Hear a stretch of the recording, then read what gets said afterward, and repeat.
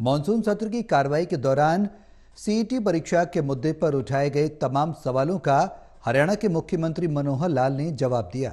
इस दौरान उन्होंने भर्ती प्रक्रिया को स्पीड अप करने के लिए ग्रुप सी और डी की भर्ती के लिए नई नीति बनाने की बात कही। आगे क्या कुछ कहा मुख्यमंत्री मनोहर लाल ने, रिपोर्ट में आपको दिखाते हैं।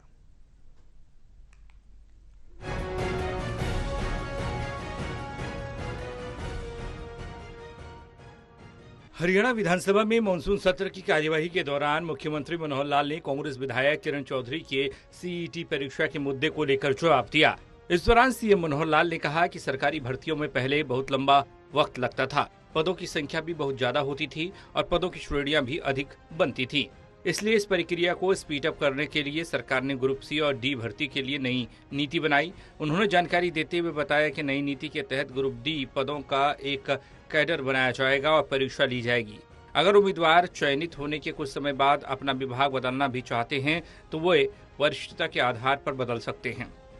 प्रावधान अगर ये रखा जाए कि हर कैटेगरी के लिए अलग से एग्जाम होगा, चाहे 10 पोस्ट है तब भी लाखों लोगों ने अप्लाई करना है और चाहे 500 है तब भी करेंगे, 5000 है तब भी लाखों करेंगे। उसी में से एक रास्ता निकाला कि हम थोड़ा इसको स्पीड अप करें, तो नई पॉलिसी हमने बनाई है। उस नई पॉलिसी के 2 पहलू हैं।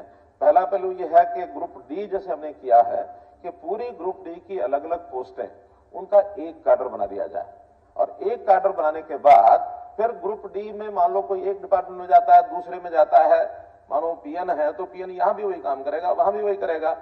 वहीं इस दौरान मुख्यमंत्री मनोहर लाल ने साफ किया कि सरकार ने उन उम्मीदवारों को आयु में छूट दी है जिन्होंने हरियाणा कर्मचारी चयन आयोग द्वारा जारी कुछ विज्ञापनों के लिए आवेदन किया था, जिन्हें बाद में प्रशासनिक कारणों से वापस ले लिया गया था।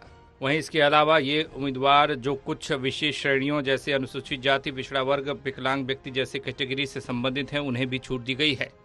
अलग से सारी संख्या को बुलाना उसकी बजाय कहीं मान लो 25 लोग सिलेक्ट हो रहे हैं तो जो एक क्वालिफाई करके सीटी 1 आया है, इसका मतलब उनकी भी एक मेरिट बनी है और जब मेरिट बनी है तो 25 की जगह 100 लोगों का टेस्ट लेकर के उस 100 में भी अगर व्यक्ति नहीं आता है तो कमीशन का मानना है कि उसके बाद वाले आने की संभावना नहीं है।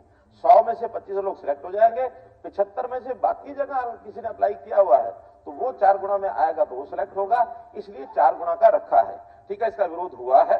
हम इसके बाद सरकार विचार करेगी कि हमने इसको कैसे लेना है। मुख्यमंत्री ने बताया कि जिन उम्मीदवारों को सीईटी परीक्षा में आयु सीमा में छूट प्रदान की गई थी, उनके लिए हरियाणा कर्मचारी चयन आयोग ने 30 अप्रैल 2023 को फैसला लिया है कि जो उम्मीदवार सीईटी स्तर 1 परीक्षा में पात्र थे लेकिन अब अधिक उम्र हो गई है, उन्हें स्तर 2 के लिए अंतिम रूप से उपस्थित होने की अनुमति दी जाएगी। इसके अलावा यदि पिछली परीक्षाओं के रद्द होने के कारण कोई उम्मीदवार हरियाणा सरकारी सेवा में प्रवेश के लिए अधिकतम आयु सीमा 52 पार कर चुका है तो उसे भी अंतिम रूप से आवेदन करने की अनुमति दी जाएगी। यदि वो चयनित हो जाते हैं तो उस संदर्भ में सरकार निर्णय लेगी। चंडीगढ़ से टोटल न्यूज के लिए अनिल कुमार।